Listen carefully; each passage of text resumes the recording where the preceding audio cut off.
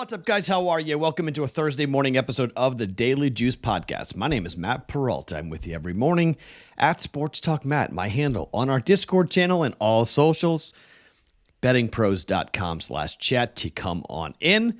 More on that here in just 1 second. I got a couple things to say here at the top, but last couple of days, this is almost over. Our Omaha Steaks 50% off holiday sale promotion going on right now. It's almost over. If you want to take advantage, do it now. Promo code is JUICE. JUICE to save $30 off at checkout. Minimum purchase may be required. There'll be a new campaign starting after the Christmas holiday on Monday.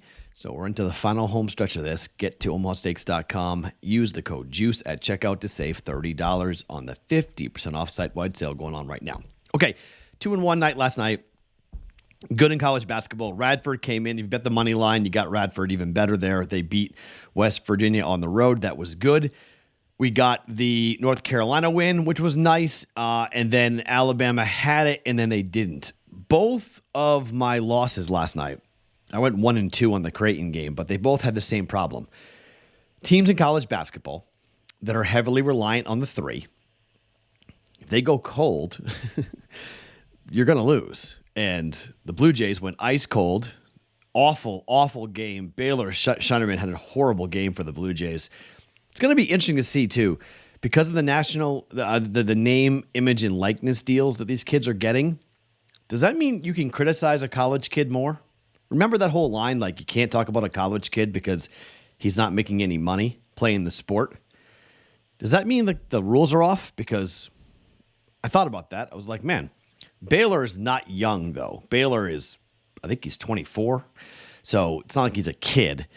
But, man, his streak for three-pointers got broken, and he took a three at the end of the game with 5 seconds left that was complete hero ball. Like, took the ball himself. He missed a free throw, a 1-and-1. He could have tied the game at the line. He didn't. Had a chance to hit the game winner, but could have made a play for a teammate, could have driven the basketball, kicked out, could have gone to the rim. Variety of things could have happened besides a pull-up 40-foot jump shot that was woefully off. It just looked like a lot of me ball for Creighton. Not good. They got point guard problems. I mean, Steve Ashford he's a good spot-up shooter, but he's not athletic. He can't handle, I mean, in the Big East, I think he's going to have a really hard time. I really don't think he's athletic enough to guard the guards in the Big East. He got pushed around, and he can't get to the rim either. So Alabama, same problem. They've got Sears. I love Sears. He's a really good player, but he's undersized. Arizona's now 9-1 ATS. They're phenomenal. They're a lot of fun. We'll ride them a lot in the Pac-12. They're going to have a big year. Team that I'm close to pulling the trigger on them to win the national championship. I think that they've got the horses to do it. They're really, really good top to bottom. So we may get into that coming up for next week before the Pac-12 conference schedule begins. But 2-1, 0.9 up, good there officially. That was nice. And then I ended up getting some stuff. I mean, I got the Creighton first half line right, total wrong, and then I bet the Jays to cover 7, and they didn't. They lost the game outright in overtime. So I went 1-2 in that game personally, but then we wound up getting the Evansville game right, so that was nice. Evansville team total came in, so if he played that hit. So overall, it was pretty much a flat. I think it was down a little bit because of the Creighton game. I got a little bit too crazy, but officially up 0.9 units on the day. So we've had a flat day, a bad day, and a good day. Here we are on Thursday. One quick thing. So before I taped here tonight, I was in our Discord channel. And look, the Daily Juice part of the Discord channel is the only place I hang out. So I'm protective of it. Somebody came in and tried to get everyone to bet a same-game parlay. And I'm perfectly comfortable with people going in there and place all your plays. I mean, D. Nizzy was so successful that we made a sub-channel for him, okay? His handle. We made a sub-channel on the Daily Juice because his picks, he had so many plays. People wanted to know every day, like, what are you betting? And I'm perfectly cool with that. Like, my job is to help you guys make money in any way, form, or possible.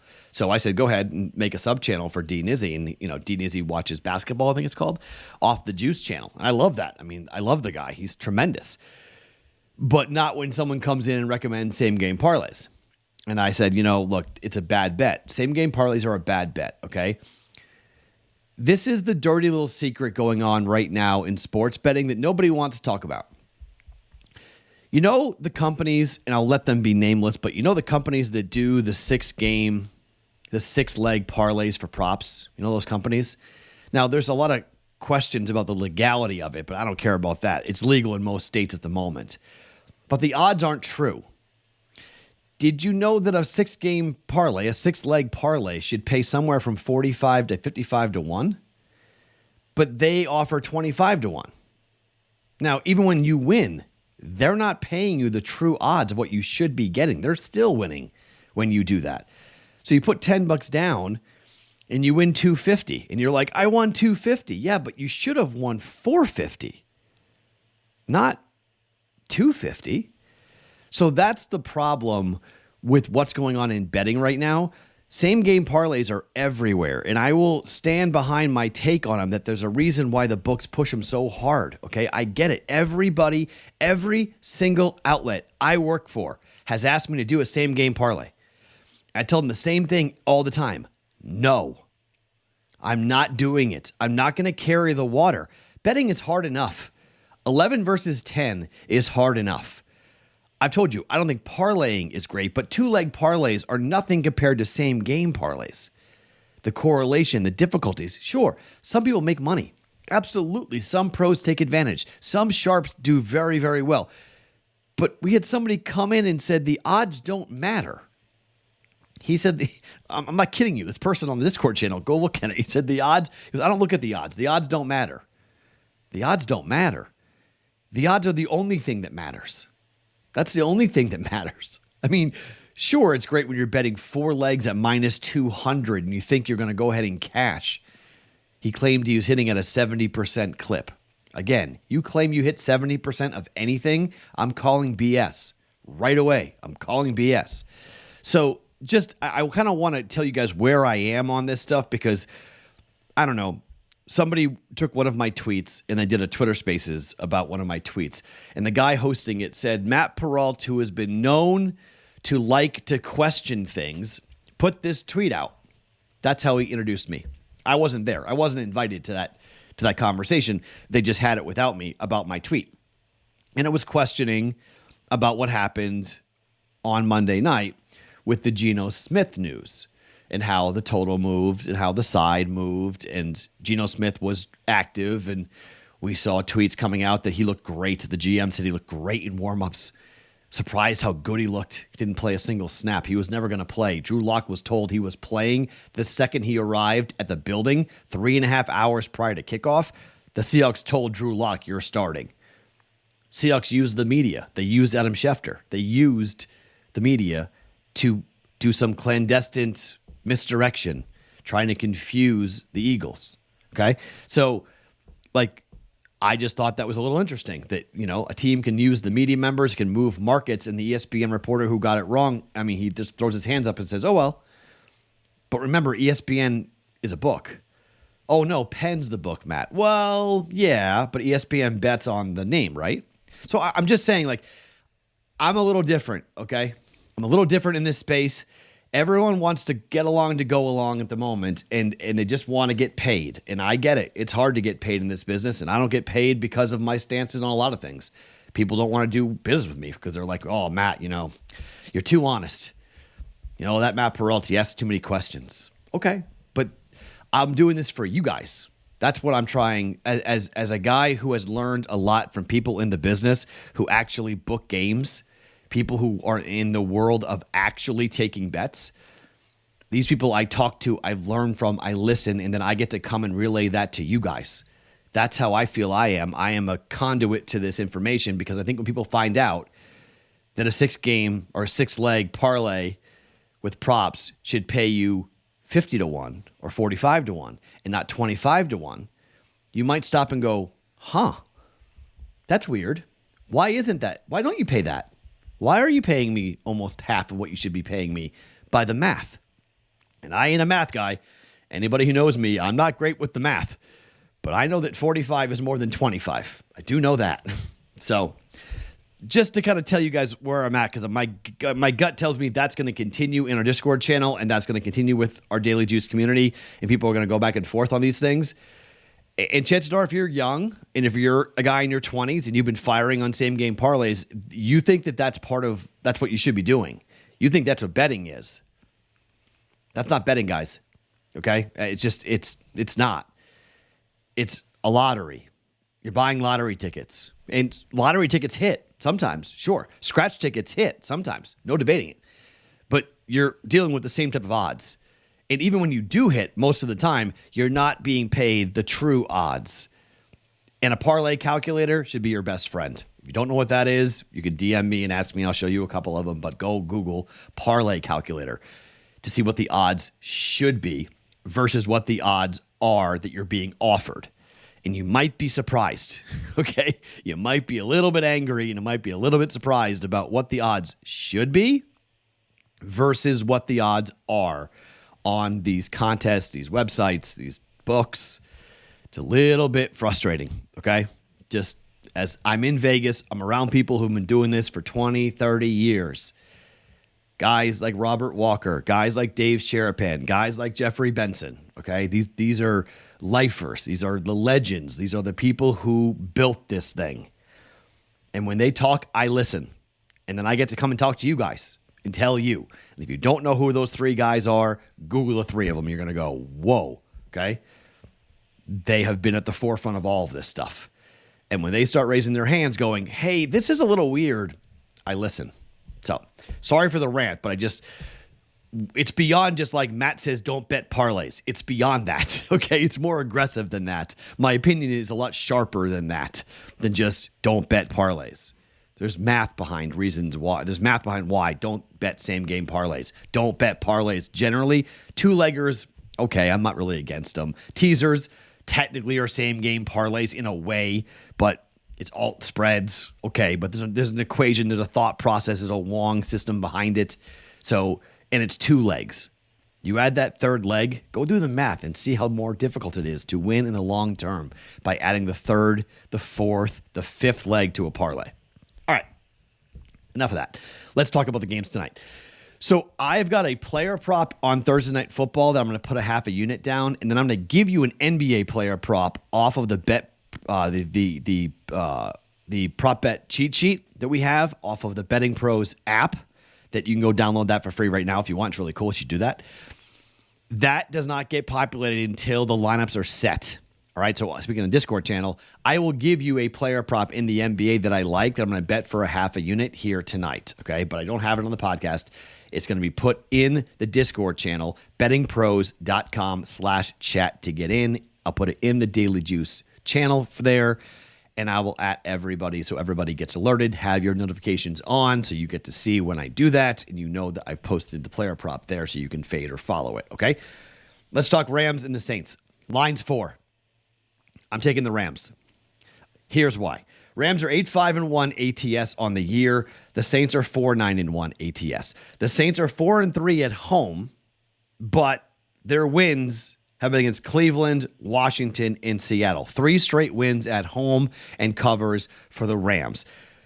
2-4-1 on the road here now for the Saints. They have covered their last 2 games, but those games were at home. This is a different team. This is Jekyll and Hyde. The Saints offense on the road is not good. Saints offense at home is pretty decent. I lean towards the under 46 in this game. I don't know how many points the Saints are going to score. Their offense is highly ineffective on the road. It is very good at home, but their defense is pretty good against the pass. Well, what happens here for the Rams? Matthew Stafford, Cooper Kupp, Puka Nacua. Obviously, they're going to throw the rock, right? They're going to look to throw. Saints are hard to throw on. Except the Saints give up about 92 yards per game on the ground. And this is a problem because Kyren Williams has been absolutely epic. He's gone over 100 yards in 4 of the last 5 games. He's gone over 89.5 yards in 5 of the last 7.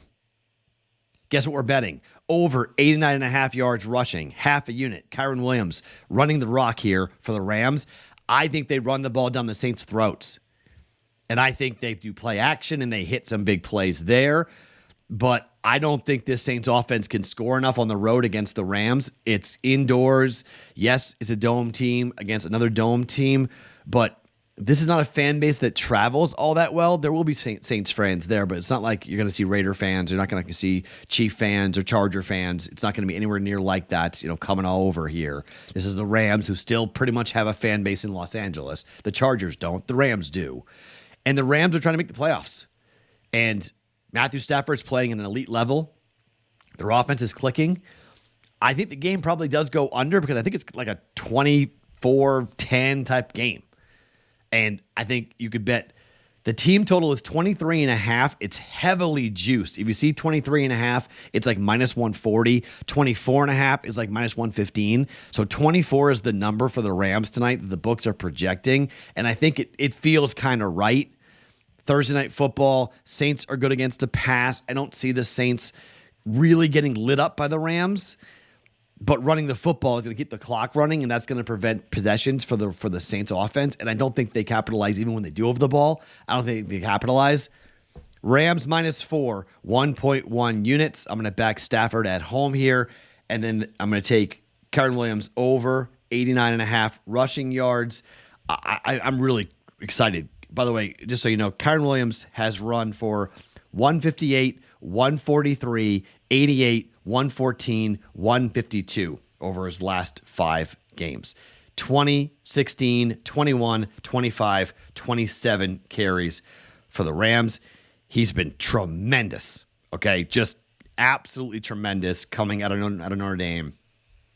And a guy that I think will tonight be featured. Look, it's going to be a very popular prop bet, okay? Everyone's going to be on it. That's why I gave it to you early, because the number's going to run, okay? Some books are already at 91. So I'm at 89.5. Gave that out on the Discord channel earlier tonight. Said, hey, this number's going to go. Get on this now, 89.5. I think Williams runs the ball, and I think it's going to be a very popular prop. Last game on the road, they gave up the Saints gave up 91 yards rushing to Bijan Robinson of the Falcons. So give you a comparable opportunity there. So half a unit on Williams, over 89.5 yards rushing, 1.1 units down on the Rams, -4. I do think the under is a decent play at 46, but I'm not going to make it because I'm trying to stay away from totals. Totals to me haven't been the best of friends, but my hockey bet is a total bet. This number is 6.5, and I really can't believe it's 6.5. I'm actually kind of surprised this number is 6.5 because I think it should be 7. I think it might wind up being 7, but it's 7 now.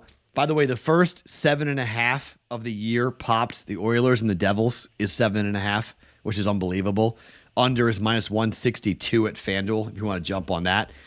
But Vancouver and the Dallas Stars, it's Wedgwood, who is in net because he has to be in net because they're carrying one goaltender right now up against Vancouver's.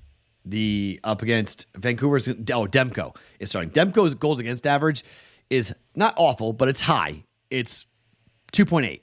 He's giving up 3 goals tonight. Demko will give up 3.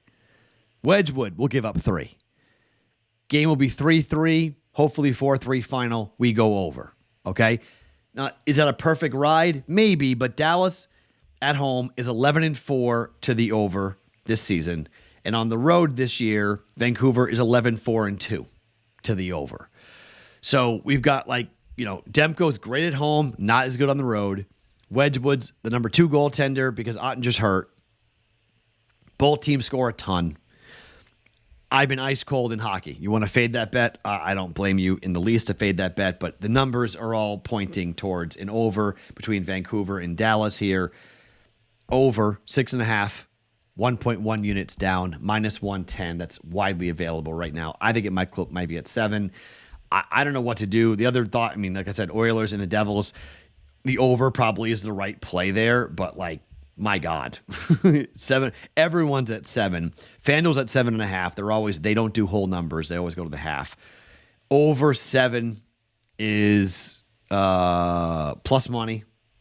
Under 115, under 7, pretty much everywhere. Opened at 7. The highest juice is 15 right now. Circa in Vegas is at 15. DraftKings is at 15. Caesars is 15. So minus 115 there. So that was the other thought. And Nashville and Philadelphia, you want to do first period over? You want something extra? Nashville and Philadelphia, first period overs have been very good for Nashville. They continue to be one of the best teams in all of hockey to a first period over. It hit last game. We'll see if you want to jump in on that. You can do that as well if you want something extra here today. But the plays for today, one pending, half a unit NBA player prop will hit you guys. I'll give it to you in the Discord channel, bettingpros.com/chat. Rams -4.